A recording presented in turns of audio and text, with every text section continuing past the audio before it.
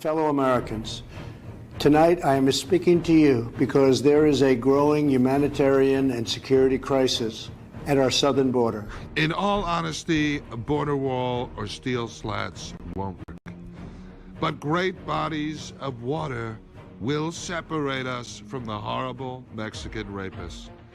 Introducing the 2019 Trump Great Border Moat, stocked with the most aggressive penis fish, incredible man-eating alligators, and unbelievable genetically modified moose-cocked rape dolphins, as well as flying migrant-eating sharkfish. So incredible.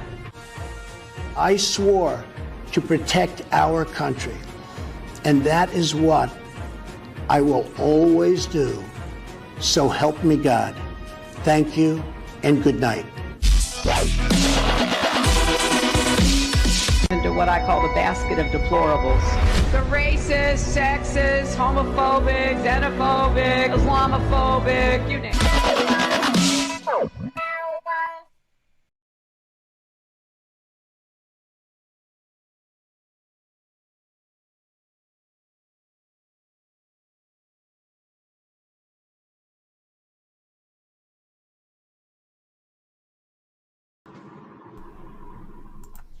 Good evening, everybody, and welcome to Debate Night at Halsey Live. Sorry, we had a bit of an audio problem, but now we're here.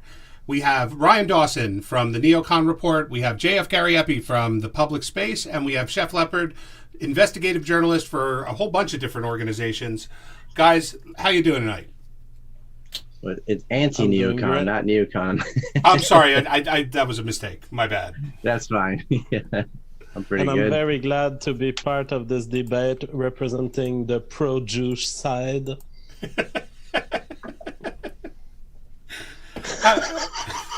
Juice is good for you.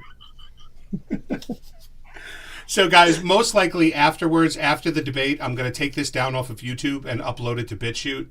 I have a feeling that this might piss a few people off. So, if you're wondering where it goes... It already is automated, but at the same time, I'm gonna take it off my channel probably right afterwards. I don't need any more strikes. Better be safe, yeah. Yeah. So Ryan, why don't you start? Let everyone know where they can find your stuff and give a little background on who you are. Oh, my stuff's on ancreport.com. I guess. I've made several films about September 11th. I don't call myself a 9/11 truther because I don't like, it's almost like a cult in my mind, and I don't really agree with them on anything. Nor do I promote, I guess, what's called the official story. I hate even using terms like that. But I have a film up called War is Always by Deception. Some people titled it War by Deception. That touched on what we're going to talk about tonight with the Israelis. And then I have a far more detailed film called The Empire Unmasked. That puts it all together, that the 9/11 attack, the follow-up attack of anthrax, and how it was all wrongly associated with Iraq and the war in Iraq. And so I guess I'm mostly well known for that, and I probably argue with 9/11 truthers more than I do skeptics. Okay, Chef Leopard, how about you? All right, I have a YouTube channel, Bold Like a Leopard. I've published with Hard News and also with Federalist as well as American Greatness, mainly on topics not really related to this, such as climate change activism, such as the ones that are kind of raising hell today. So that's about it for me. Okay, and JF, where can everybody find your stuff? I'm on the Public Space, so you can find me on JFJ live streams. I do a show every night at 7 p.m. Eastern Time. One of my favorite shows at that. So, Jeff, how about you? How much do you know about this topic? I mean, what I know about this topic is what Ryan Dawson has been talking about. So I think he has a good mastery of the facts. Of course, there are open questions about the dancing Israeli. Were they part of an organization? How did they get to know about this? Did they know in advance? And what does it tell us about who committed 9/11? And I don't know what is the position of Leopard on this. I can't wait to hear it. In all honesty, I don't have a position because I know hardly anything about it. I told both parties that I didn't. I've heard like little bits and pieces here and there, but I'm looking more forward to learning. So I want to hear what the different positions are. I want to hear what the story is, and both sides say that they've got the direct connect to the truth. So Ryan, why don't you start? You did the Freedom of Information request into this topic, correct? I did one of them. So there are a few of these. We got a 6-part 1,800-page report from the FBI. There's also a police report from when they were arrested. And then there's some field office investigation reports in tandem that have some more info on it too. And then there are just some newspaper reports on the police report and everything I just said, from Virgin Daily Record to Jewish Daily Forward. And there were some radio reports about it too, in New York, New Jersey. And then there's further reporting on the owner of the moving company that these people worked for. It's kind of a misnomer when people say the 5 dancing Israelis. There were 5 of them arrested in a van together, but only 3 of them were witness dancing. The other 2 they picked up later in the day. So I mean, it gets wrongly associated to art students and all these other things that just make the topic confusing, because you got a lot of people talking about something that they don't know what they're talking about.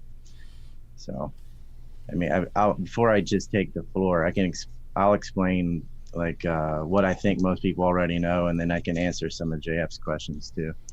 But let everyone else talk first.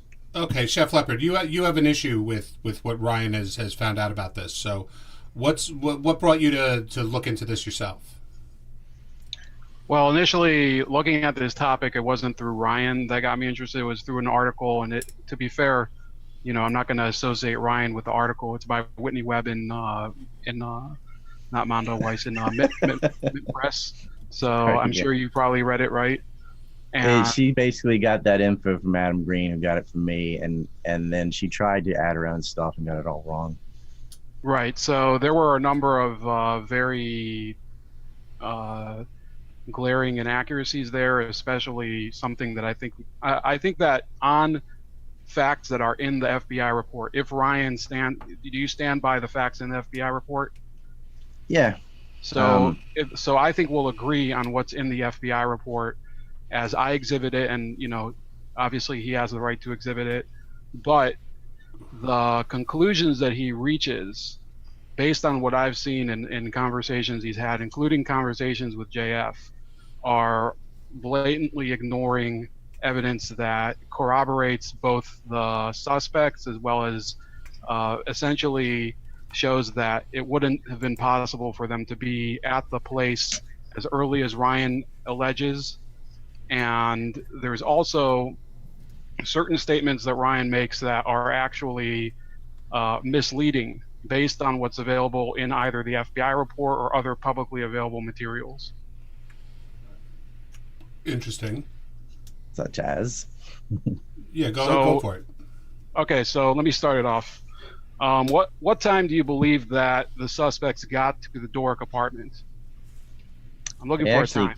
They had cased it the day before. The earliest witnesses that did pull them out of the police lineup had them there as early as 8 a.m. That's incorrect. And that is what the FBI report no, says. FBI report, I know what the FBI report. You want me to pull up the page? Yeah, if you have pages. All right, the FBI report actually says that, hold on a second, that witness actually only saw the van in the parking lot. They didn't see anybody in the van, and in fact, they didn't even see what was written on the side of the van. Okay? I'll read it right now. You guys want me to show it on the screen? No, it's okay. Okay, it says, this is page 33 on part 1.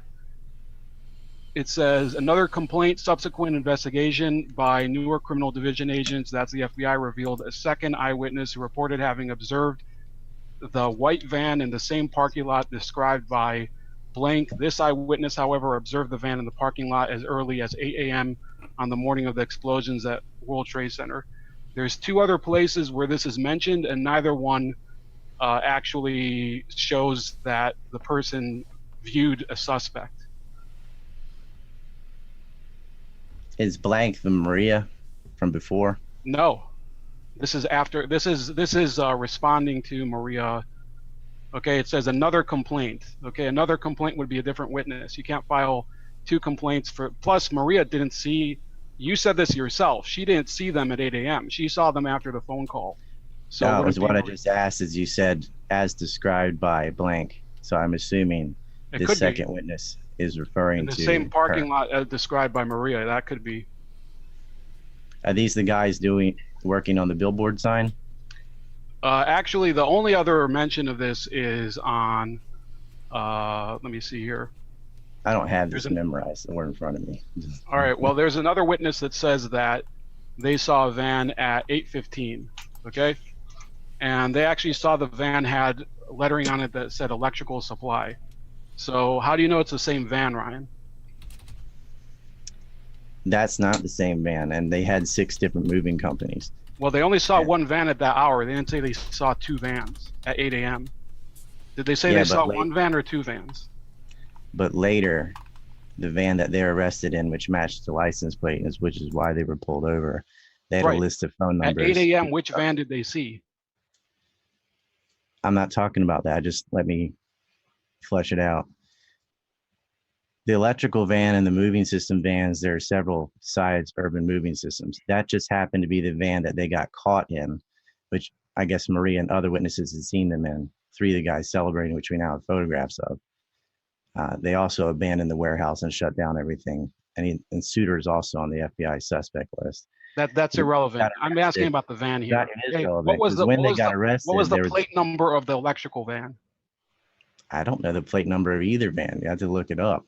No, the plate number of the van that they got caught in is the same van that was seen in the parking lot. It was written down by Maria. So what? Okay, so you do know the plate number of the van, right? Not off the top of my head. I mean, I know it's in there. But you know that there's only one plate number in there, right? The plate number is the van that they got arrested in. It was actually, they had it wrong by 1 letter because she reported it wrong by 1 letter, and they ended up finding them anyway. When they got arrested, they had a list of phone numbers of other moving companies on a notepad. That's how they got associated to the other vans.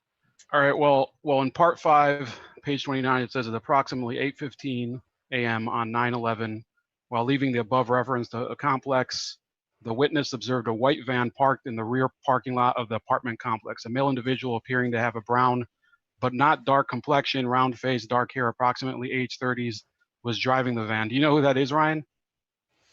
Nope. All right. So you don't know who's in the other van, right? And you don't, and as I read in the previous, probably the same person that was witness with Yvonne Kursberg the day before in the elevator, though. Can we clarify? Can we clarify what we're talking about? Well, he's claiming that the van was seen as early as 8 a.m. That's what I'm asking. The van that they were cited standing on. They were standing on a van while they were doing this supposed dancing. Correct. Okay. And in fact, that van, according to Easy Pass records, it was at the Brooklyn end of the Brooklyn Battery Tunnel at 7:48. And in order to travel from that site all the way to the Doric apartment, it typically takes about 48 minutes. Could take, I saw other estimates at 28 minutes. So how does it get there in 12 minutes in traffic in Lower Manhattan on a Tuesday morning, Ryan? Well, we tested it, and it didn't take that long, 40 minutes at all. It took about 10 minutes. You drove from the Brooklyn Tunnel all the way to New Jersey in 12 minutes? I didn't. My friend Mike did it. I was in. Are we talking about on 9/11? Yeah, 9/11. I mean, I'm going to interject a little. I can't say this with scientific fact, but I live in New Jersey, and the roads were empty on 9/11. There was 0 traffic. So anywhere you could conceivably get quicker. I don't know what the distance is, but I'm just saying that in New Jersey, the roads were 100% empty because they were trying to keep everybody off so the first responders could get into the city. Right, but we have commuters on the road. This is from Brooklyn. So remember, you have commuters commuting to Manhattan on the road in the morning between 8 and 9 a.m. So how do you explain they're able to do that distance in a half or quarter of the time? Well, I disagree that it takes that long. And there's Well, do you have Where's any- it to? there. Where's it to? Actual- Where's it to? This is You what can do it. Do you want to do it on the map? Either of you, JF or Halsey. I can give you the coordinates. So it's from Doric Apartment Corporation. You writing it down? 100 Yes. Manhattan Avenue, Union City.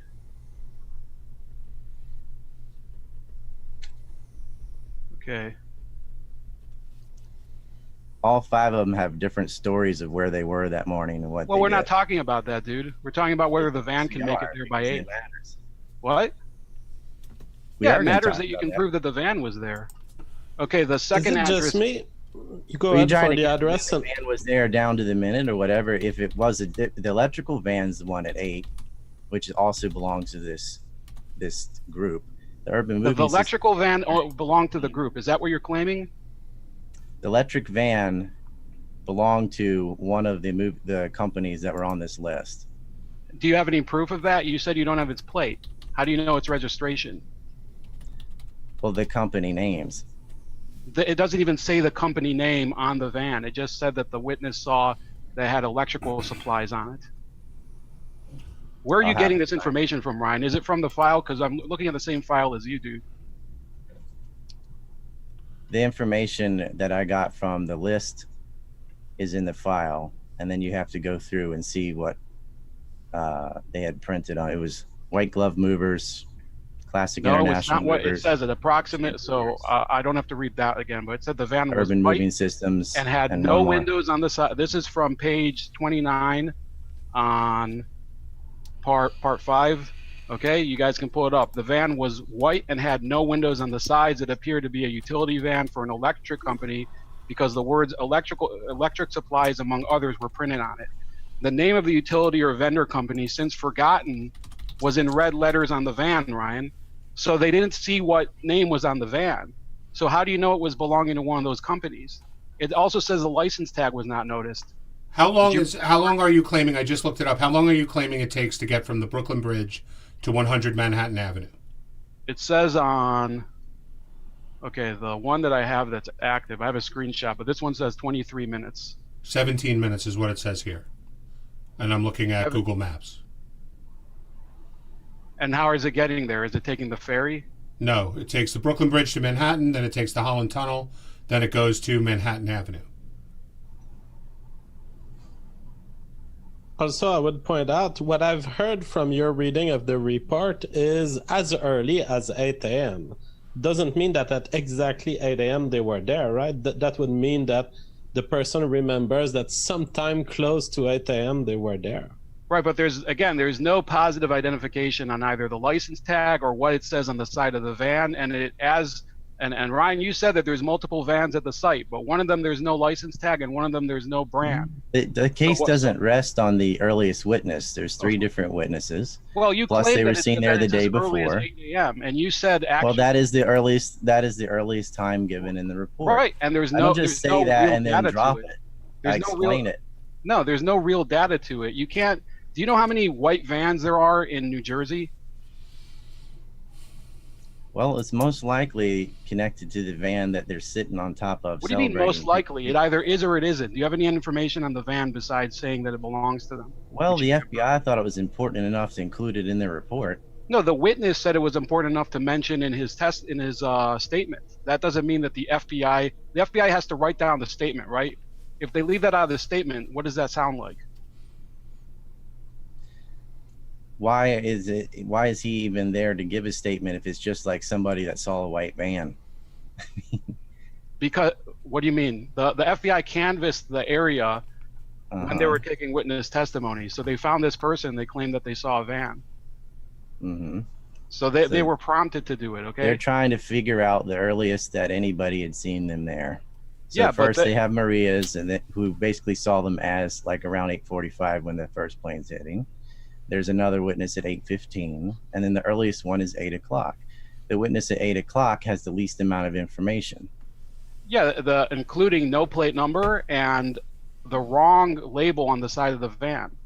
You don't think that's a little important? Why would they include electrical supplies in the? Because there's 2 different vans there, which is what is corroborated by the next witness. So there's 2 different vans. Who's driving the second van? We don't know who's in the second van. Okay, so you don't know who's in the second van. You don't know the registration. You don't know who it belongs to. You don't know any of that. Why are you assuming it belongs to the same company or a company that's affiliated with it? You don't even know if the people in the 2 vans interacted with each other. Do you? No, you can't prove that the 2 vans interacted with each other. Just they're suspiciously parked at Doric Right, Towers. because and there's at least no one witness group testimony between 8:15 and they both 8:50, right? So between 8:15 and 8:50, Ryan, think about it. This is on a Tuesday morning. People are going to their jobs, and nobody sees any of these people, right? Don't you think that's a little strange, buddy? No, have you been to Doric Towers? The parking lot is behind the apartments, so people going by on the road and stuff wouldn't see anything. Right, but they claim that the van And had it's on left. high rise. So 2 vans had left. So nobody sees them leave. Nobody sees them arrive. So you're assuming a lot. The ones that saw them, well, Maria saw them leave. Again, People Ryan, you have to prove this van belongs to these people. You can't just assume that it's the same van. There is I don't actual. care about the beige van. I never talk about that van. I'm always talking about the urban moving systems and the people who got arrested. Because you're ignoring information that goes against your premise. Your premise is that these people are guilty. Yes, no, it is. That When information is there. It's just the like witness a said the little van had extra. electrical supplies written on the side of the van. That disputes your claim that it was their van. It doesn't. Yes, No, it does. Yes, no, it does. doesn't. You're just taking the weakest part of the argument and acting like it's the entire thing. No, I'm not acting like it's the entire thing. There's plenty of other stuff here. That also see him there. They're busted celebrating the attack, which is weird to celebrate a plane crash. Right, but what time does that happen, Ryan? What time does that happen? Does that happen at 8 a.m.? In the afternoon when they got arrested. What? They were witness celebrating right after the plane hit around 8. Yeah, so they were witness celebrating 45 minutes later, not at 8 a.m. They're celebrating after it happened. Obviously, they're not going to celebrate before the plane hits. Ryan, about 10 minutes ago, you claimed that the witness that saw the van as early as 8 a.m. saw the witnesses. I showed that they didn't see the witnesses. No, you asked me what was the earliest time in the report. I said there's a witness that saw a van at 8 o'clock. Yeah, but you said rest on that witness's Wait. Okay. Wait. The witnesses Slow down after for 1 that. second. It doesn't matter. 8:15 is still well before 8:45. And it's the wrong van. That's the whole point. It's the wrong van. It's a different van. It says electrical supplies, according to this witness. So does this witness count, or does the 8 o'clock witness count? Choose. All the witnesses should have their testimony heard, and it Right. all So this corroborates is each other. contradictory witness testimony, right? One witness says that it's an electrical supply van. The other one says that there's a white van. He doesn't even say what's on the side of it. So who's to prove that it's an urban moving systems van? Neither of these people say that. Neither of them even see the people inside the van. We know right? it's an urban moving systems van because there's a photograph of them sitting on the roof of it. At what time? It's just the morning of September 11th. So you don't know what time that was, right? Well, they redacted the times in it. Okay, so then you don't know, right? Well, So are you gonna base your assumptions on shit you a don't white know? van there, and then later there's a photograph of the people from Urban Moving Systems City on top Yeah, of and the van. there's 2 white It's vans. probably an there, Urban right? Moving Systems There's van. 2 white vans. So are you going to claim that they're for sure in that white van that's there at 8 a.m. even though there's no description other than the fact it was white? And then a second testimony that's 15 minutes later claims that there was a different label on it, and they saw a different person in it. This person actually saw the person in the van, and he didn't look like any of those people. And you don't have any registration for that vehicle. No, How about that? He looks like Odette Elner. That's what Oh, he the looks like description- Odette Elner. Yes. Approximate age 30s, So, round face. dark skin, dark hair. How old was Odette Elner? He was in his 20s, but eyewitness can't just age range somebody from the Middle East very accurately. It doesn't. This is not what the case rests on. You're acting like it does. It rests on the facts. It rests on the facts. If you think, what does it rest on, Ryan?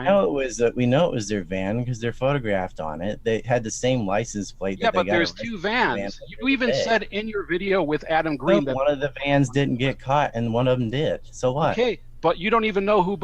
Okay, can I ask the moderators? Does it matter if you can prove who the vans belong to? Well, I was about to actually ask you for clarifications about this, so let's do it. Suppose that some witness saw a non-related van, unrelated to these guys, unrelated to 9/11, and suppose that it got included in the FBI report as testimony. What would be the worst thing for Ryan Dawson's thesis? That some other van existed in New York at that time? I mean, no one doubts this. Why is it so important that the three witnesses corroborate each other? Why couldn't one witness be talking about a totally different, unrelated vans? Can you clarify this, Leopard? Yeah, I can clarify that, because on the 815 witness testimony, they claimed that there was a label that said that it appeared to be a utility van for an electric company because the words electric supplies, among others, were printed on it. That's on page 29 of part 5. So that it appears that was a different van. What? So suppose that there was an electric van unrelated to 9/11. Does that change the photos and what they show? Does that change the other testimonies? No, it changes the timeline. It changes the timeline, JF. This is what we're talking about, the timeline. We're talking about the timeline. What time did they get there? And there's other witness testimony from coworkers that claims that these men were at the warehouse at the time. So are you going to tell me, Ryan, that a stranger seeing a van in a parking lot with no label on it in a court of law would have stronger standing than coworkers that see people that they actually do know at their place of work at the same time? Are you going to stand by that? That's a faulty argument. Okay, so let me interrupt for 1 second. Witness. There's another witness, the witness you're ignoring, that matched the license plate to the van that the police arrested them in. Yeah, but it wasn't labeled electrical supplies, Ryan. So what? Let me jump in for a second. Vans there. That doesn't matter. Let me jump in for a sec. Let's say that there were 2 vans, 1 van, 6 vans that took 20 minutes, 40 minutes, 17 minutes. Does this change? It didn't change take 40 minutes. It's 17, and that's if you're going the speed limit. I mean, but what I'm asking is what does that change about the actual events? Like, does that change? Because I'm speaking that I don't know. I really don't know. You could have 0 witnesses. What he's trying to claim, the whole basis of his claim was that if they arrived prior to 8:46 a.m., which is when American Airlines Flight 11 collided with what was it, the North Tower, Ryan? Mm-hmm, north side of the North Tower. Right. They had foreknowledge of the event. Okay. Mm-hmm. Now, the vans that were, or the van that was seen at 8 a.m., there was no description to it other than it was a white van. And they didn't see who was in the van or whether there were passengers or not. But somebody did see it at 8:15, a single person, and they saw them basically circling around the parking lot. But it had a different label. So why didn't they see 2 vans at the same time, Ryan? Okay, the evidence that there had foreknowledge does not rest on whether or not a witness who saw an electric van at 8 or the other witnesses that saw it at 8:15. No, that's in order to sustain that they were there as early as 8 a.m. No, that's not. Yes. You have other evidence. You don't need any of that. What other evidence doesn't matter? That they were there at 8? First of all, the earliest time is they had cased the buildings the day before. Sivan Kursberg was witness at Doric Towers on September 10th. Right. They had highlighted maps in their van with the World Trade Center and Doric Towers highlighted. And you also know that they performed jobs at the Doric Towers, right? Listen, let me finish it. You know that. They didn't do that. I know who got moved out, and a couple, and there was Israeli art students living across the street, and all that is just a long tangent. They were witness, and their license plate was trying to say that it's out of the ordinary. Plane hit. What do you mean by casing it? If they'd already been there several times before. Because they highlighted it, and the World Trade Center, like everyone knows where that is anyway. What's that? And they knew that would have the viewpoint for it. They knew The that they. reason that Maria looked outside, I'm just going to talk over you because you keep interrupting me. The reason All right, she go went ahead. outside is because the plane hit the building, and everyone goes to their window. What the hell was that? They're already in the parking lot celebrating. So if they had heard about that at Urban Moving Systems and then raced over there, it doesn't make any sense unless they can teleport. Yeah, but you She know that saw from them the right FBI at the files, plane hits. She looks out, placed boom, the they're time already of in the the parking call. lot. That's the strongest evidence. They placed Extra the time evidence of the call is the other at witnesses. about 9 a.m., Ryan, and 9 a.m. is about 14 minutes after She didn't call until her husband got home. No, the woman who called her to tell her about the towers, that was about 9 a.m. This is in the file. Yes, it is around 9 a.m. because Okay, everybody didn't know at that that's not time. more knowledge. Everyone at that time didn't know that, 8:45 is when the plane hit the first tower and it's this huge historic event. They just know it's about 9. Yeah, but so what time does the she whole see reason them? she called What time is does she see because them, Ryan? is because after hearing, I'll have to go get the report now because being an ass about it. I'm While Ryan gets the reason that she report- went to her window is because of the crash. While Ryan gets the report, I will note that based on the exchange that we just heard, what seems to be the case is that it doesn't really matter if they were there at 8 or 8:15. What matters is that when Maria looked out and the plane just crashed into the building, she saw them. And that would It mean hadn't just that they crashed. were at And the they're spot. celebrating. It was 14 minutes later. Well, That's 14 minutes. later, JF. Well, Maria calls 14 minutes later, or Maria notices them 14 minutes later. She noticed that them would be about my 9 a.m. question. She notices them about 9 a.m. Is that right, Ryan? I gotta look. I remember her friend called her. Well, the friend I thought you would looked, and know then this. she looked since you've out. been following Well, this this has been about a year since I've talked about it. I don't go through the minutes because the case doesn't rest on this. No, And the I other think thing I hear, The eyewitnesses, the fact the that other they're thing, there at Go all ahead. celebrating a terrorist attack is much more condemning than specifically the time. Well, what, can I ask you a question? What crime is there, if I may ask, that you're investigating here? The actual crime. Okay, I'm looking for an actual statute that they're violating. Even this is repulsive behavior. We all agree on that, and we agree that they did celebrate in some manner, correct? But what crime are they committing? Okay, let me ask you that. It's not illegal to celebrate a plane Okay, crashing into a building. and do you know what time they celebrated allegedly, or as shown? Apparently, they were still celebrating at 9 o'clock. 15 minutes later, they're still dancing about it, right? Right, but you can't place the time that they arrived there because the van that was cited at 8:15. Well, we have 3 witnesses that have them there before the plane crashed. They don't see the people, and they see one other person. This person doesn't fit the description. Yes, Okay. the earliest how does he witness not isn't fit very the good. They description? just Is see that them. based on age that you say that, Leopard? Yeah. Well, I mean, can you recognize that an eyewitness doesn't have knowledge of the age in a 10-year range? Well, if you want to go down that road, then you're also going to bring in the issue of how they were identified in the lineups, which was also not according to regulation.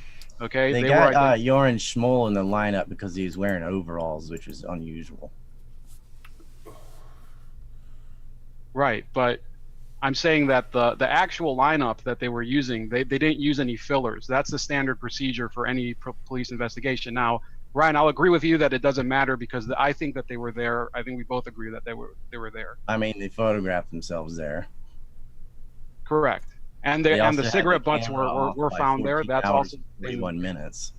So wait, I mean, can I And just their ask a boss simple fled to question? Israel. Yeah. Can I ask a simple question? Let's say there were these 3 Israelis and they were dancing on the van, and let's go out on a limb and say they were celebrating the 9/11 attacks. What does this mean? What is the Yeah, what Ryan, is what's the the big what is, deal? no, I'm saying Two of them are I'm all asking because I'm curious. I'm candidates. asking And their because boss I'm fled. curious. It's not, there's no like aha thing. It's when you put it all together. They've got about $5,000 in cash. on their person. They all had immediate travel dates to leave the country. They didn't all Their have owner- immediate travel dates. There were 2 people that had immediate travel dates. 2 people. You know what? I went 2 through people. their LinkedIn and saw where they traveled. Even India, Australia, and Germany. Those were places that they traveled to in the past.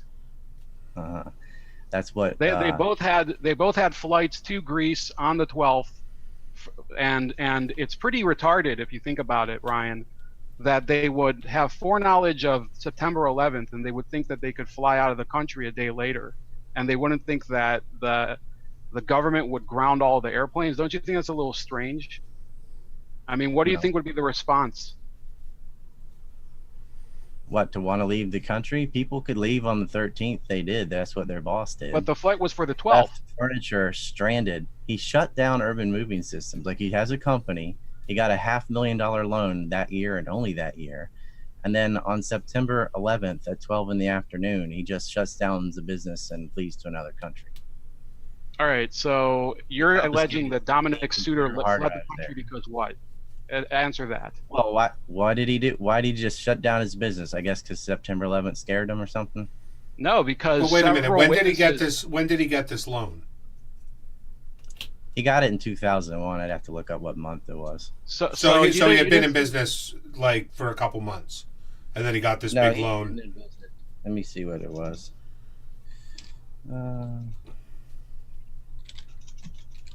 You don't think it was because several of the witnesses confessed that he employed illegal aliens and that he paid them in cash? You don't think that might be a reason you might abandon a business, Ryan? Violating federal tax and immigration law? He left at 12 in the afternoon. They hadn't even been arrested till 3. Like, why is No, he they on the interviewed. radar? What do you mean? He left at 12 in the afternoon on September 11th? He left the country? No, he didn't leave. He left, like, he shut down the business. Right, because you couldn't get back into the city. You couldn't do operations. There was a problem. September 11th was a problem for a lot of businesses, Ryan, as I assume you would imagine, since Manhattan was shut down and they grounded all flights and you couldn't get back into Manhattan from outside the city. So I think it might have been a problem to perform certain operations. So are you saying that's the fact that he shut down his business on September 11th is evidence of guilt? No, it's not that alone. He shut down his business and he fled back to another country. You're saying it's because he had illegal aliens. Yeah, and several witnesses actually sustained that. So you're accusing him of something. What are you accusing him of? Well, the FBI put him on their official 9/11 suspects list, and it was spooked enough that when people reported that, they got their own FBI file placed on them.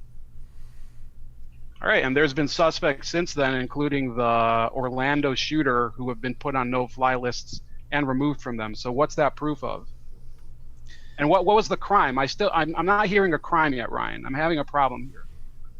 I don't hear anybody saying that. Was there a crime committed? Like, I'm asking, was there a crime committed? Well, I'm asking that. That's my big question, Ryan.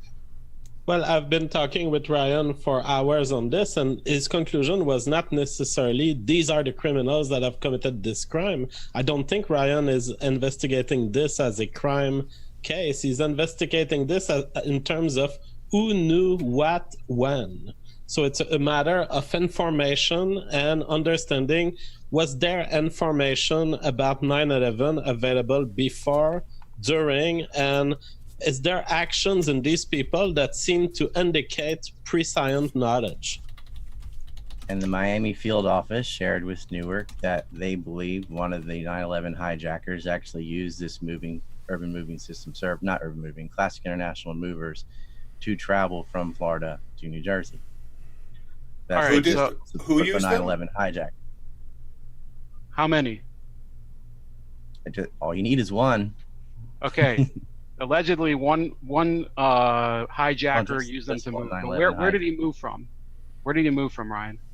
Southern Florida, I believe. No, he moved the opposite Florida. way, Ryan. You're wrong. He moved from Patterson, New Jersey to Florida. Okay? You're actually contradicting the evidence in the Moussaoui case. No, Okay. I'm going off not from the Moussaoui case. I'm going off the same reports that you've been reading Does the report say anything Okay, about? I just want to clarify because I have a feeling there are plenty of people in the chat that are kind of as lost as I am. All right, can I explain this? But just let me just make sure I've got this right. So Right. there's this Israeli moving company, right? Yes. And one of the 9/11 hijackers at least used this moving company to go from Florida to New Jersey. Now, this is a different moving company, but it does have a phone number that was found with one of the suspects' phone books. Okay, so it was also working in the same manner as Urban Moving Systems. Was it? It was Classic International Movers, if my memory's right. Yeah, that's correct. CIM. So Now- I mean, I can tell you this, and I know this from absolute firsthand knowledge. Okay, the Israeli moving company scam is like as well known as any. A lot of them are connected. A lot of them are connected through like a joint ownership. That it's been around for a very long time. So it's very possible that if they used one of the companies, it would be connected to the others. I Like, believe 'cause- they're on their way back from one of the other companies when they got pulled over. White gloves. A lot of them are connected. But the fact is that you alleged that he moved from Florida to New Jersey, right? Or Jersey to Florida, whatever. No, it's not whatever, Ryan, because Yes, it is. 'Cause you matter. Yes, it using- does. You said Okay. this on May 28th to JF. Okay. You actually said this on the BitChute video with Adam Green. Do you have that ready? I believe it. I just said it right now. I had it mixed up. All right, and you said that he lived next door to several 9/11 hijackers in Miami Beach. Well, what does next door mean, Ryan? How close is that? You can look Literally up mean next door. next door to Atta is, I think, was Right. Christopher. So let me tell you the address for Mohammed Atta. Hold on a second. So he lived. 1 second. Bear with me, guys. I have a lot of tabs open. I think they're 3 miles from Atta in. He lived at 1818 Jackson Street. Do you know where Yaron Shmuel lived? Yoren Schmel isn't the one living next to Atta. But you said that in the video with Adam Green. Not with Okay. Mohammed Atta. You did say that. Well, the Okay. Mohammed Atta report is from. And you were saying that it's very strange that he lived in Miami and he also lived in Jersey, but he lived in a different. So he lived at 1345 Drexel Avenue in Miami Beach, and that is about. I mean, that's Miami Beach and Hollywood, Florida, are not even the same county. The one's in Broward, the one's in Dade County. So are you just throwing these things around? I mean, who did live next to Mohammed Atta? Can you name him? I had to go look it up. I think it was Israeli art students that were living next to Atta. Right. So this has literally nothing to do with the movers, right? This has not to do with Yoren Schmel other than him going from Well, you Florida. did mention him in that context in the video with Adam Green. Do we I have don't to know what I said to Adam. What? I don't know what I said to Adam, but it Oh, doesn't. you don't know what you said. So things that Doesn't you matter say what's don't there. really matter, right? Well, it gets the reports are there. People can look them up. That's what All I'm right. saying. BitChute minute 21:13. Hold on.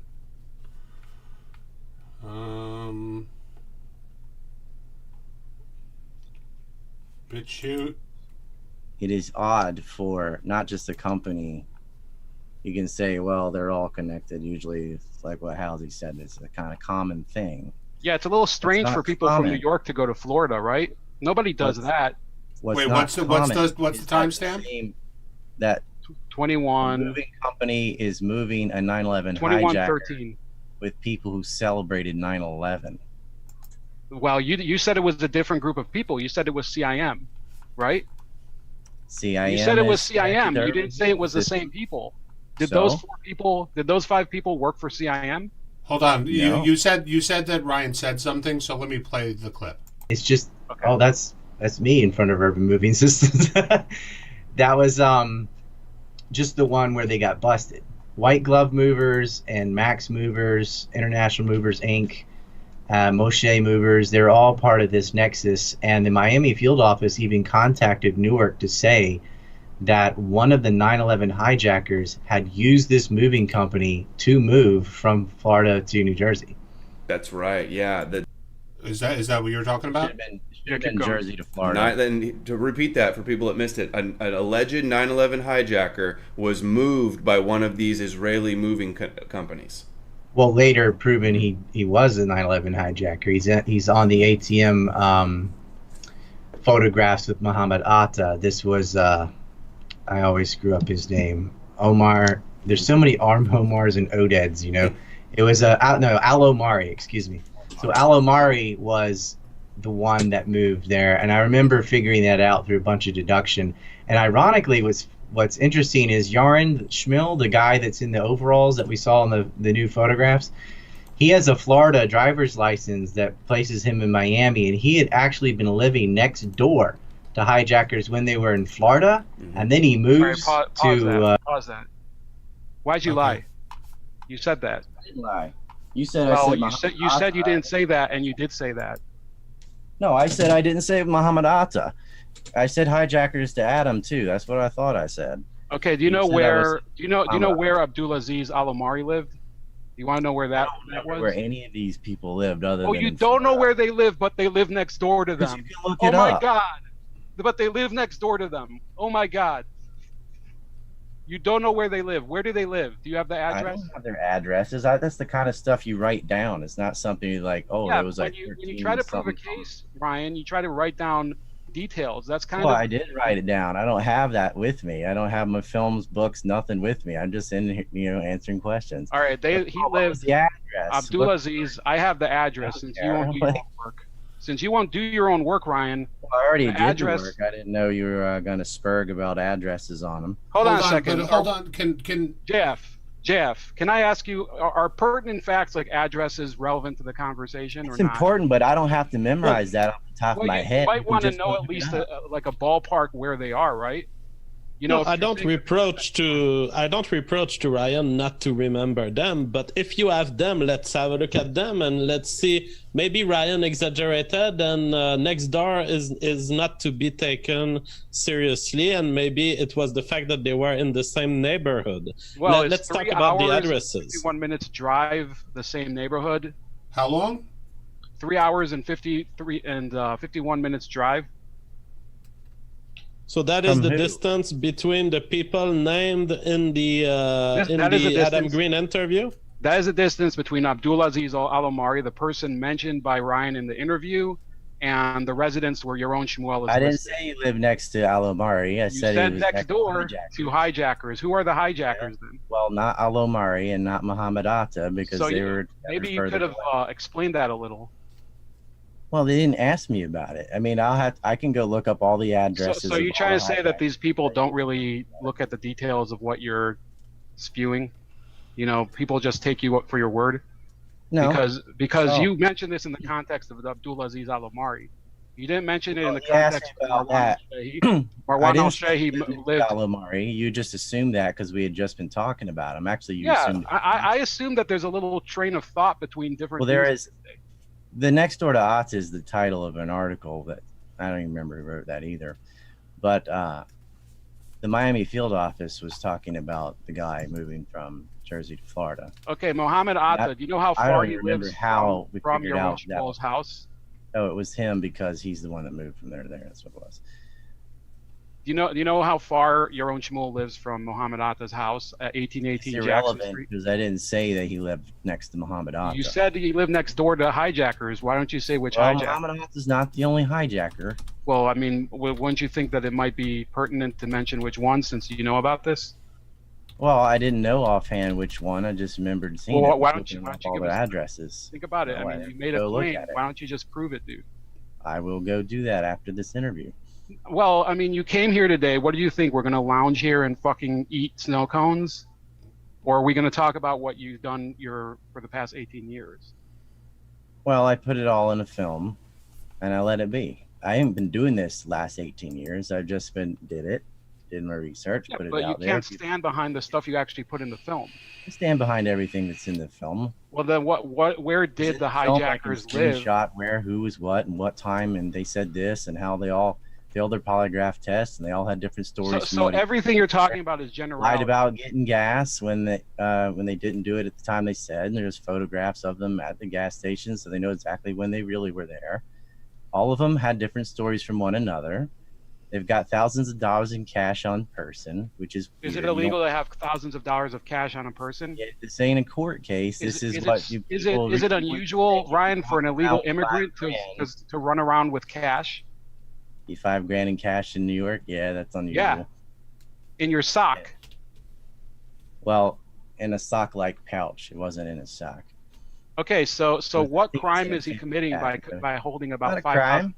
It's just adding it all together. Adding it all together. So what does that say? I mean, you guys don't think that's a little interesting that he's focused on stuff that's not illegal, that has nothing to do with anything that happened on 9/11, stuff that, I mean, do you see secret agents walking around with perfectly fine to be suspicious of people who were celebrating 9/11 who also have $5,000 in cash. Right, but at a certain point, Ryan, once you look at the evidence, you also have the phone number of the moving company that moved a hijacker.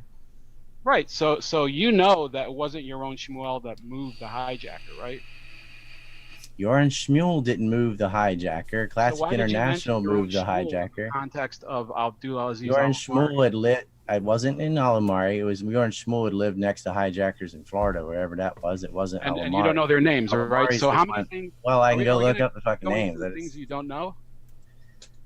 You're just asking me quite like very specific things about like which address. I couldn't memorize 15 different addresses. Yeah, but you made a whole film about it.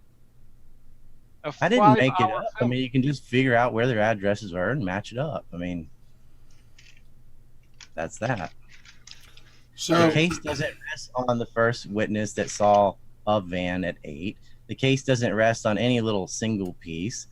All it is you've got guys that were celebrating September 11th, which is, yes, not illegal, but really fucking terrible. And 2 of them were on the counterintelligence database, their names were, which is whatever, because you have compulsory military service in Israel. One of them, Mamari, what's his name? Omer Mamari, doesn't seem to be in with the other 5, has completely different testimony. Apparently, he had been recognized by Sivan because they served together or something. He'd only been in New York a couple weeks. He was only doing the secondary business, putting boxes together at Urban Moving. What does that have to do with Alamari? Sorry, I missed it. Can you repeat that? With the box, so they moved furniture, but they also had a kind of a side business putting boxes together. Oh, so you're not talking about Omar. You're talking about no, Mamari, Omer, right?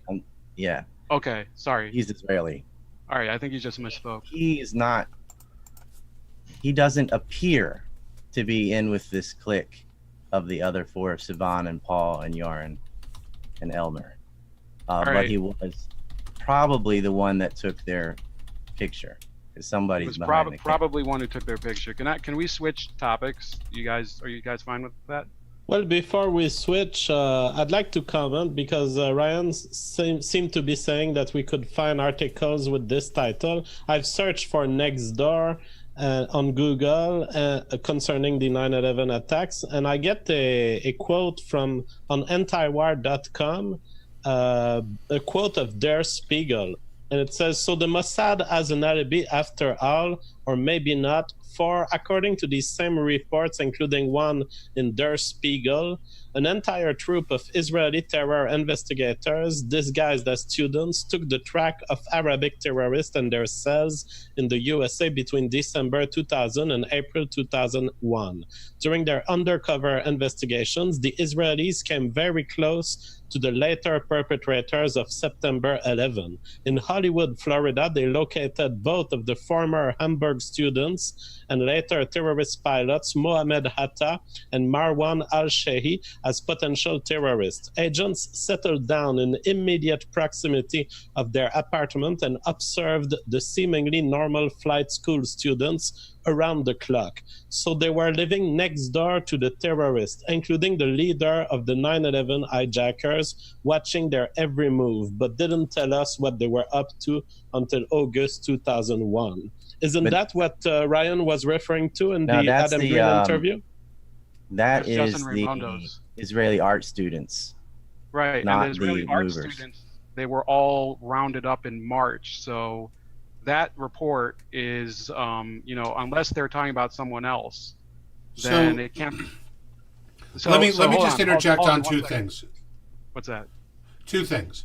One, I don't know if y'all understand how the Israeli moving company scam works, but the idea of them having $5,000 in cash on them is not odd at all.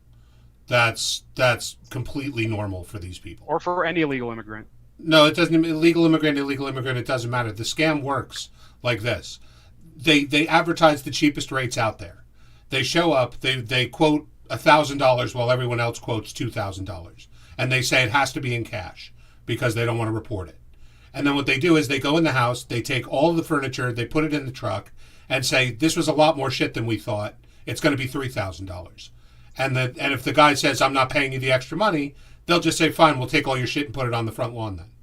And then it's a blackmail scam, and it's been around for 20 years. But having $5,000, that's not odd. What's also not odd is that they would be living in the same area. Arabs and Jews, especially Israelis, tend to live in the same areas of the country because their food is compatible, their language is compatible, and there tends to be a lot of people living in the same area. I don't know if that makes it more or less suspicious. I'm just saying I can fully buy that they all live in the same areas, or that they would use an Israeli moving company because they advertise at about 10,000 times the rate of every other moving company. So I can buy that. I'm not saying it doesn't make a difference one way or the other to the story. I'm just saying those things make sense to me.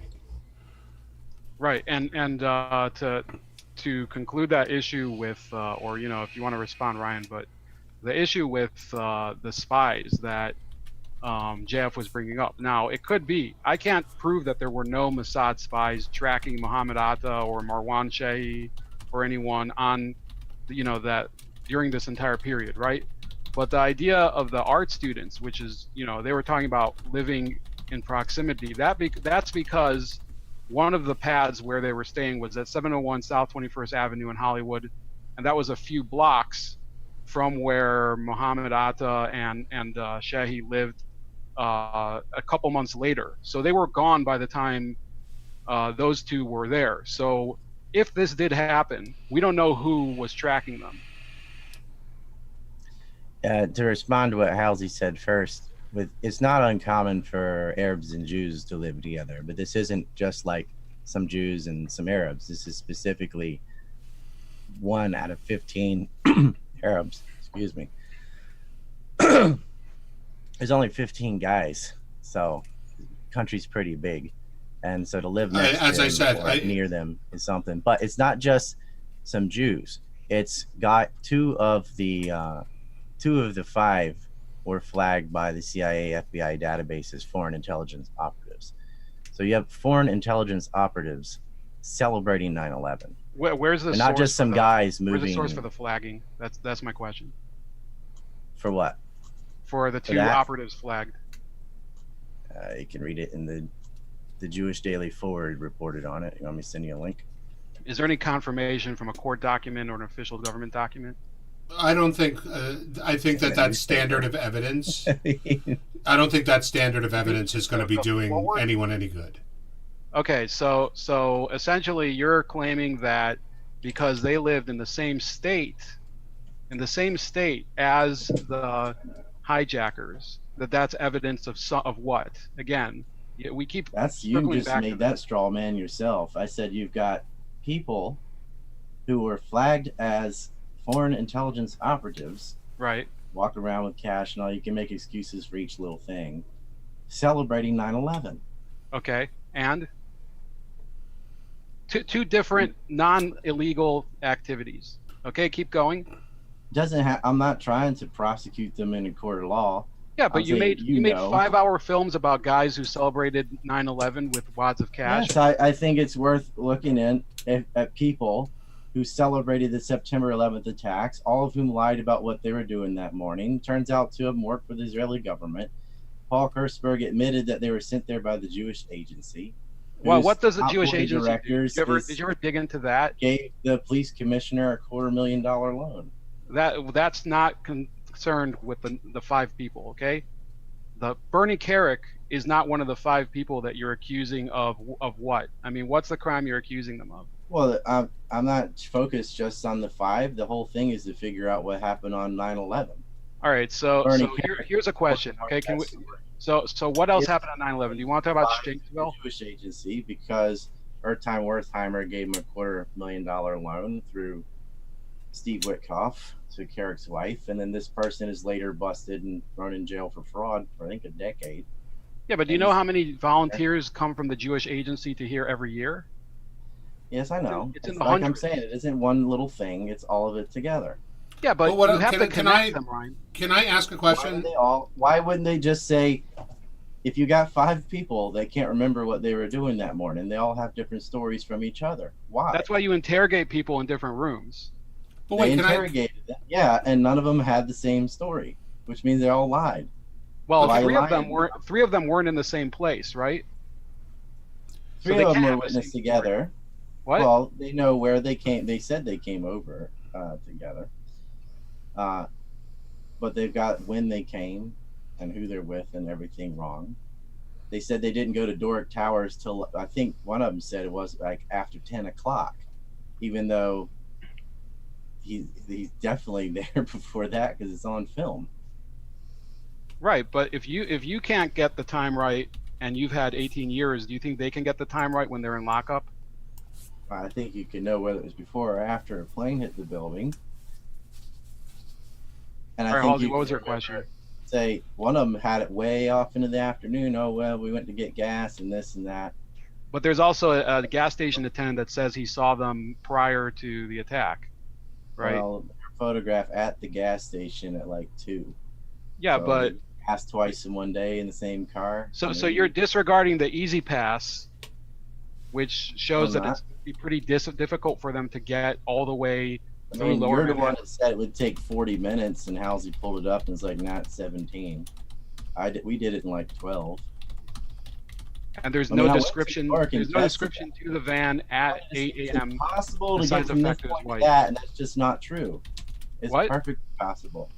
You started off your argument with saying, you couldn't get here in this amount of time to be there that early. You can. That doesn't mean they did, but you definitely can. So you can't dismiss it and say, well, since they have this past this time. But you're dismissing all the people who said that they saw the people at their workplace in the period that we're talking about. That doesn't matter if Urban Moving Systems is a front company. Of course, your coworkers are going to say that. If it's a front company, if again, you have to prove it's a front company. If front company. Well, the FBI did too. That's why they kept them in prison for 71 days. They kept them in prison for 71 days after they closed the FBI investigation on the 25th, which was exactly 2 weeks later. They were in prison because they were pending deportation. And this is shown several times. So it takes a while to get deported, Ryan. So they were in prison 71 days, but it wasn't 71 days of investigation by the FBI. And you know that because you read the report, right? I read all the reports. So they were in prison for 71 days because they were being processed and getting deported. Kept refusing to take a polygraph test. I think it was weeks, and finally did and still failed it.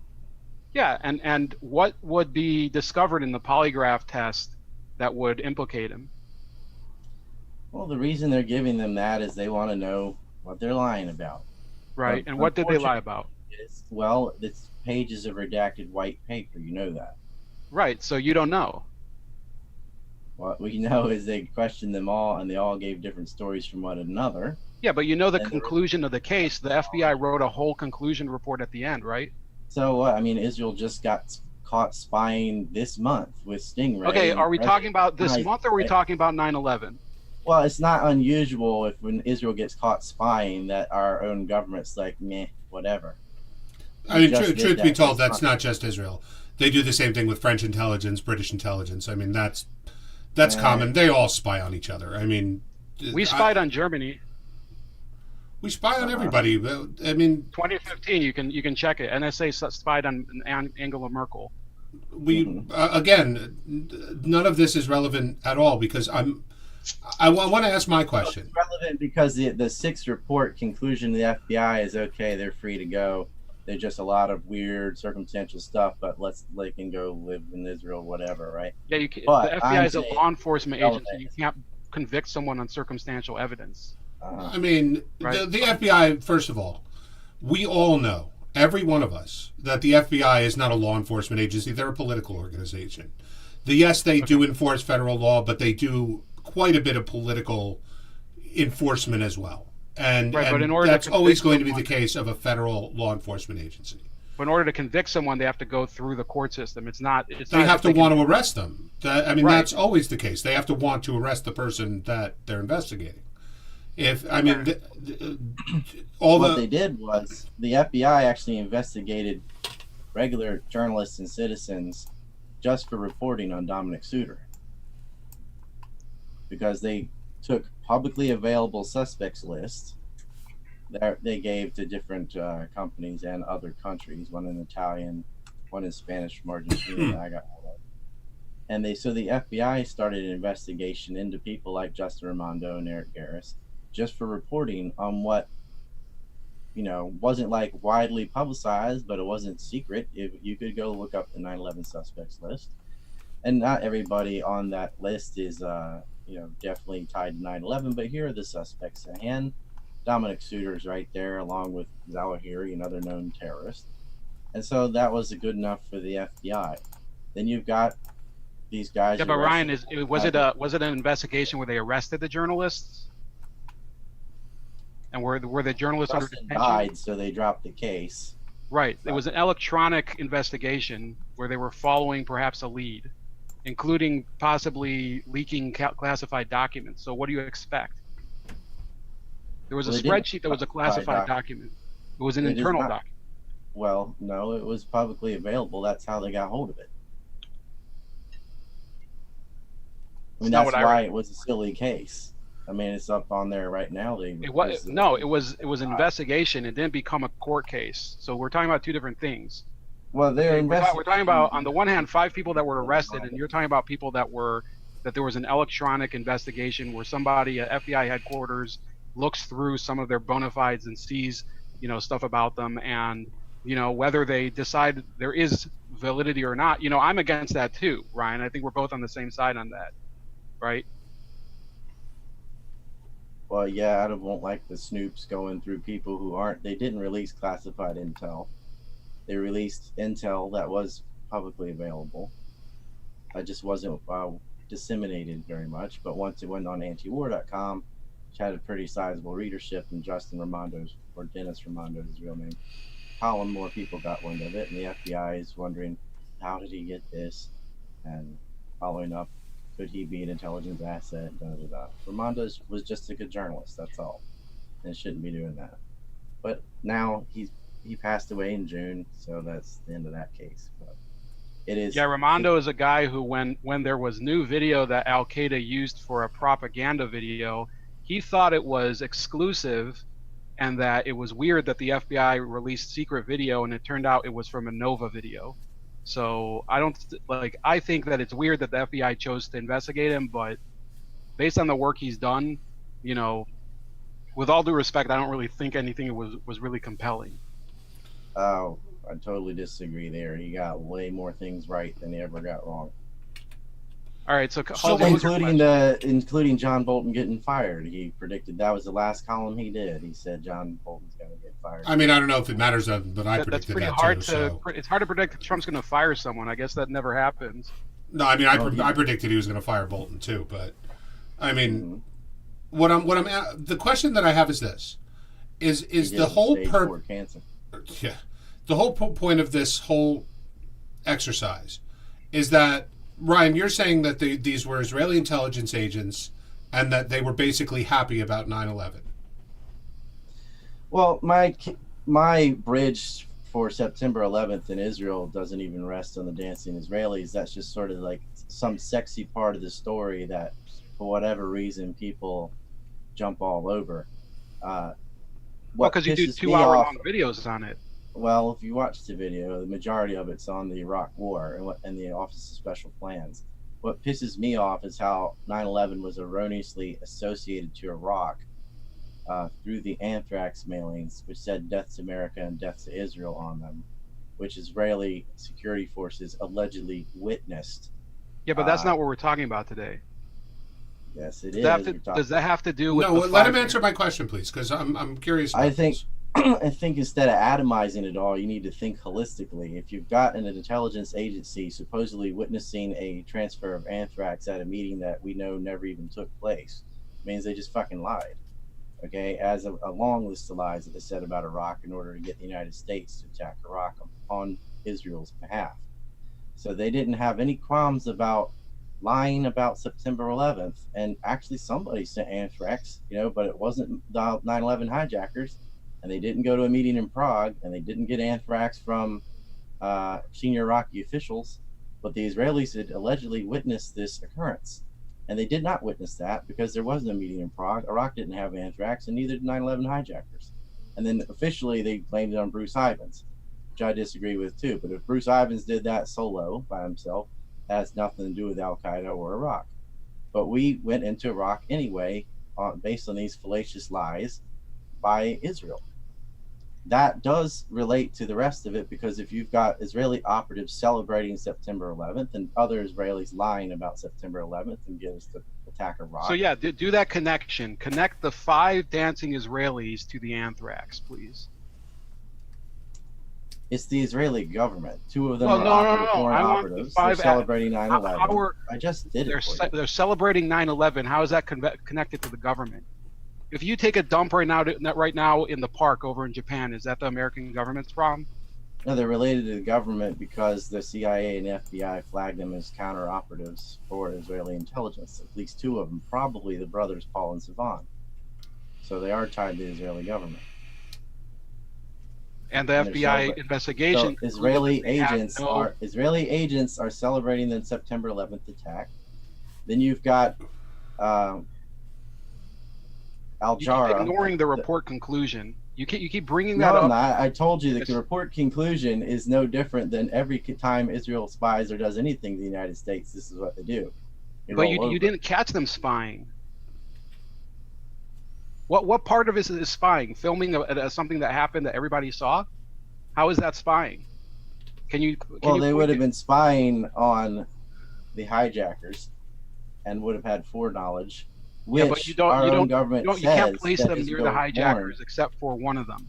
Well, listen to the whole thing and stop interrupting, please. Well, I'm looking for specifics. That might be a problem. You want like a 1-sentence answer to 9/11, and it just isn't like that. That's not how that is. There is a lot of pieces of evidence that you have to put together, and it does involve the war in Iraq and the anthrax and September 11th itself, and things that happened before September 11th. It's very strange that 9/11 hijacker pilot would have first cousins in Israeli intelligence who were arrested in Lebanon.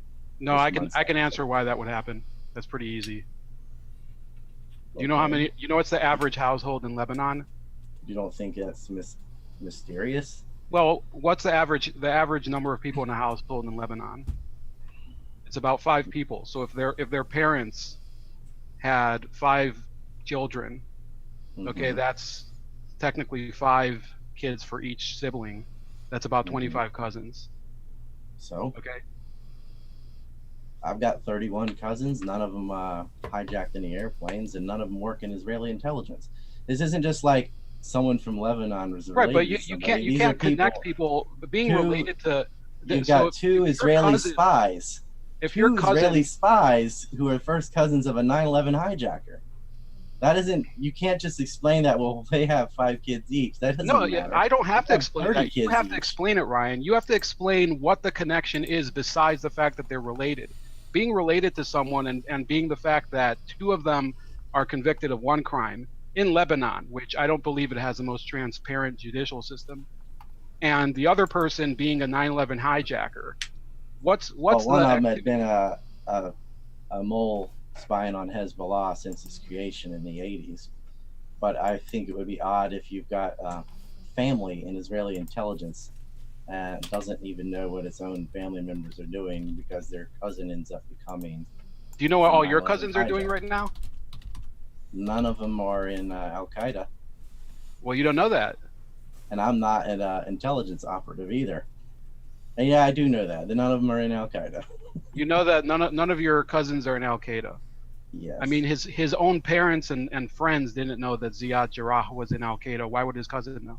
Well, That's what they his say. girlfriend- Well, of course they're gonna say that. Oh, I didn't know.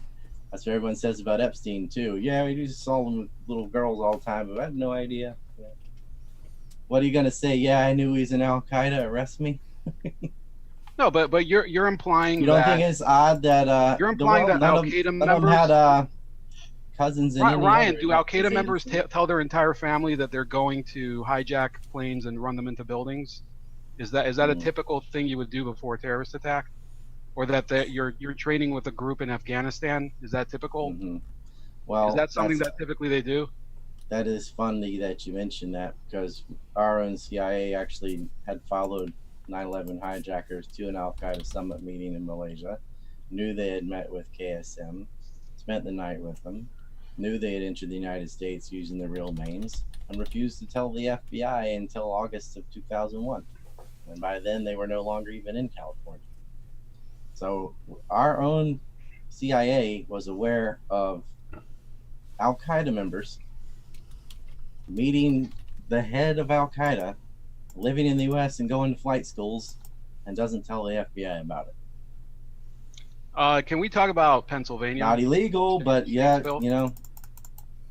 About what? Shanksville? Shanksville? Because the CIA in Malaysia, I did read about that, but that's not necessarily connected to this, right? It's not the most direct, but Pennsylvania is, right? Well, I would say they're both connected. I mean, the CIA not informing the FBI. But is the CIA an known employee Al-Qaeda of members. Urban Moving Systems?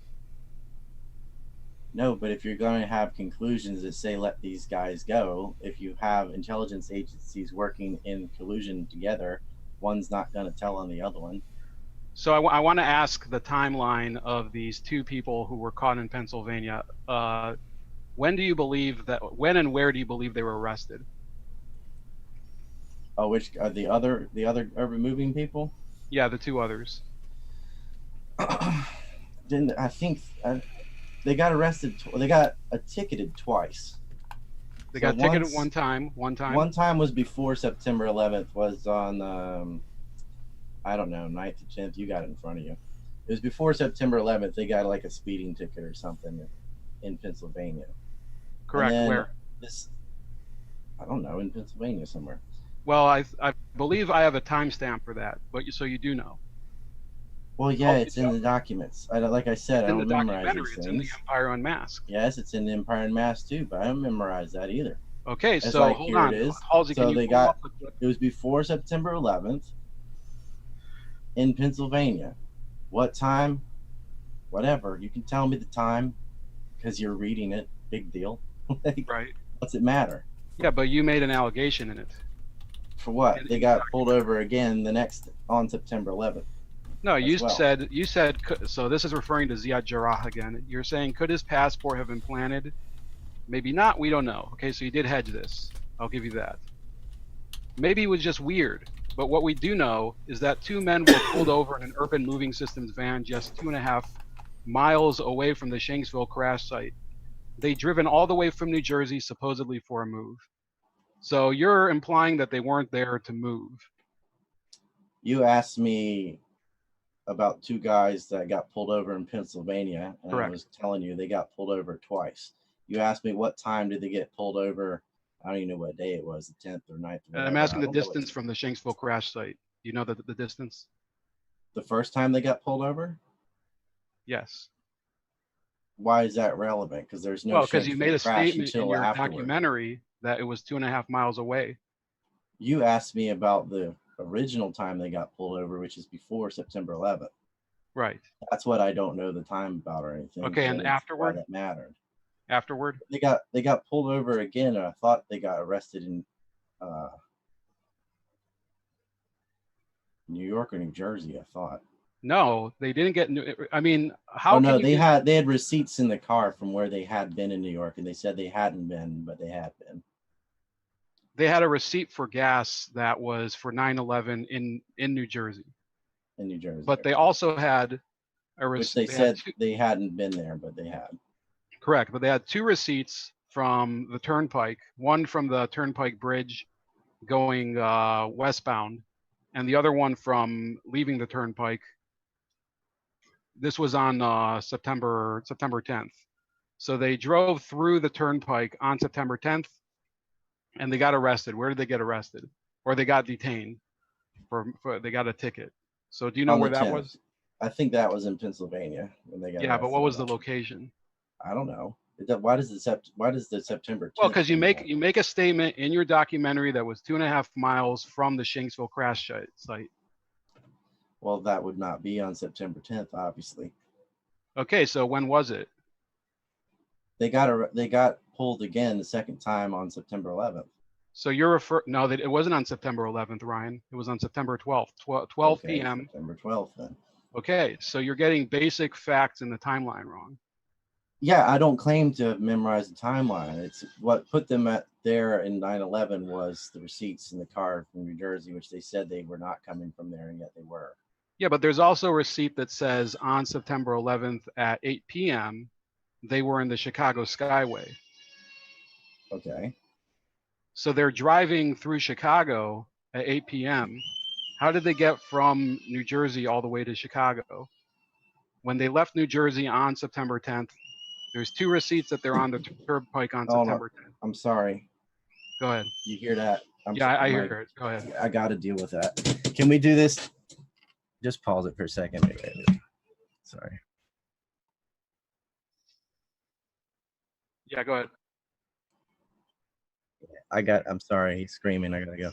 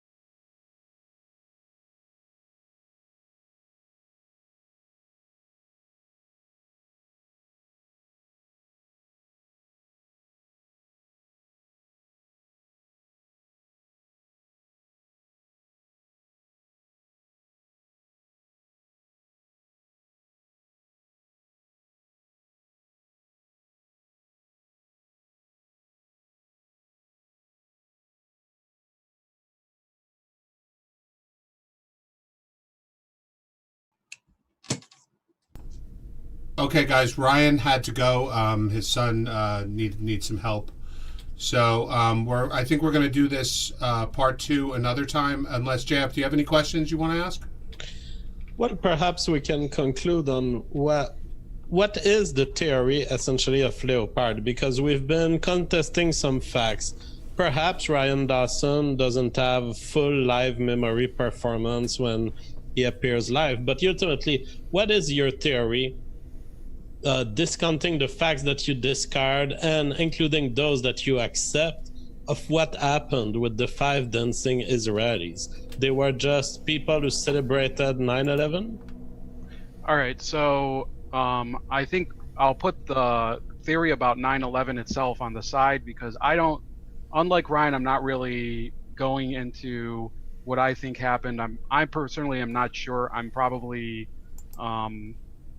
there's certain ideas that I've seen online. In fact, he mentioned prior to the chat or the video today that he doesn't really believe in them, and I'm still looking through them. So I'm not going to pass judgment on whether there was some funky business by the CIA on 9/11 or even by the Mossad.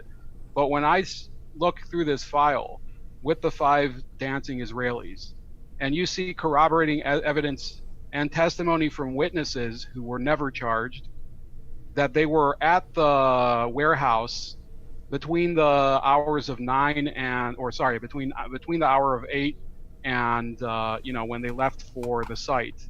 And when you see phone calls that were made that corroborate other witnesses that were called by one of the people, I can't believe that these people were involved. Okay, so this is really an issue for me of the individual's right to the presumption of innocence. Okay, I know both of you guys have kind of controversial channels. You're accused of crap all the time, and for me, it's very important when you go through 9/11, you have to look at both at the sequence of what happened on 9/11 and the sequence of what happened to these guys. So when I see him, or anyone else for that matter, it's not just Ryan, by the way, and I think Ryan's account is actually more accurate than the one on Mint Press.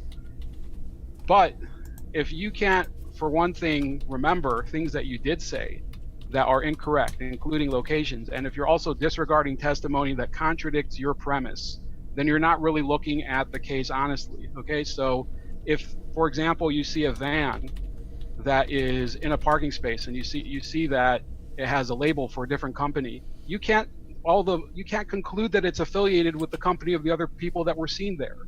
Okay, this is really about talking about the innocence or guilt of 5 people, 2 of which I believe weren't even at the site, right? And I think there was a dispute. I don't even know if Ryan's completely sure. I know he's discussed it himself whether all of them were present at the Doric Towers. But the fact is that the behavior of these people, including their, the fact that they had photos in their van of personal, things that they were doing, like smoking hash in a improvised bong, that's not the behavior of an actual intelligence agent. Okay, having Hebrew copies of books like The Hobbit is not the behavior of a professional intelligence agent.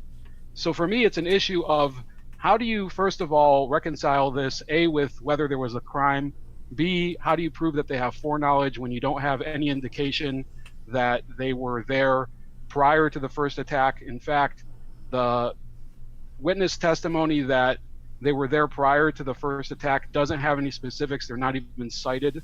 Okay, they see a van, but there's more than one van. Okay, and also the fact that after the attacks, they didn't take some of the more obvious escape routes. I mean, they could have just driven south through, just like the other van that went through Pennsylvania. They could have just driven to Philadelphia or something. They could have driven anywhere else but New York. But there are indications from phone calls that they were trying to get back into New York. That would have been pretty stupid to do if you knew that 9/11 was going to happen. So I don't believe that these 5 individuals or the other 2 that were arrested on September 12th were in any way involved in the attacks. Okay, well, I can share my conclusion, I guess, to finish. First, I'm very impressed by what Leopard has been doing tonight. It's really true journalistic work to get into these details. So we learned from him. There might have been certain details of the story, as expressed publicly by Ryan, that may have been inaccurate. What I believe that Ryan's statement is right now is, okay, some of these details may be wrong, but there is some suspicion around the fact that they lied. The fact that they had meetings prior to 9/11 with some map apparently showing, in the view of Ryan at least, some sort of prescient knowledge of the attacks. Now, on the question of the presumption of innocence, I fully agree with you, Leopard, but at the same time, when Ryan came to my show, he didn't say these guys are the criminals and he didn't even say they were intelligence agents, the 5 dancing Israelis. He has expressed that the lowest hypothesis he can see there would be that they were loosely connected to some intelligence agent and they may have just gotten information about the 9/11 attacks, and they may have been recruits, rookies, or may have not been involved in the process at all, but may have just been knowing about them, and that would explain prescient knowledge about the attacks. So I agree with what Leopard is pursuing here, and I can't wait for this discussion to take over so we can learn more and figure out better the truth and what it is. That's actually where I'm at too. I mean, I don't find it so unbelievable that there would be people that would be intelligence assets, happy, dancing, whatever on 9/11, because there's a lot of fucked up people in this world. So I can believe that a lot of that actually happened. I don't know if it indicts anybody or clears anybody, but I'm really glad for the back and forth, that's for sure. So I hope we can continue this. I really do. Well, I mean, I guess obviously thanks to Halsey and JF, I don't really know you, but I guess thanks for your honest opinion, and I do know your show, but I really think honestly that we do need a more public drive to find the truth to darker issues connected to 9/11, right? So a lot of, like he said, I mean, Ryan is right on one thing. A lot of this discussion is smothered because there's this whole stigma about being a conspiracy theorist and about talking about certain topics that are not according to the official record. But that's not the way an open source society operates. And in fact, that sustains all of his criticism. And I agree with a lot of the criticism of the Bushes and the CIA and obviously what happened in Malaysia. But we can't necessarily fill that void with a lot of conjecture and innuendo, which I believe is what he does. I want to hold back on what I really think of him. I also, I apologize that I kept interjecting a lot.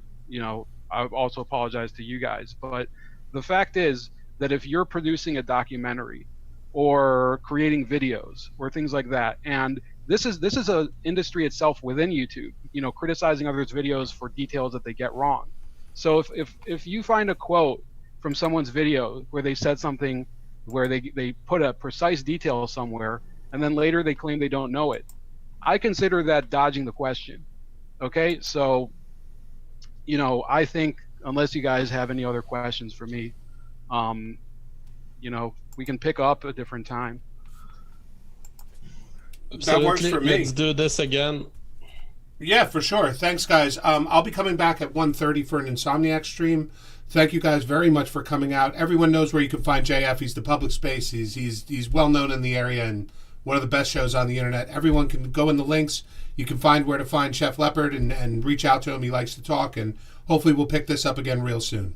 Thanks a lot for coming out, guys. All right. Bye-bye. Have a good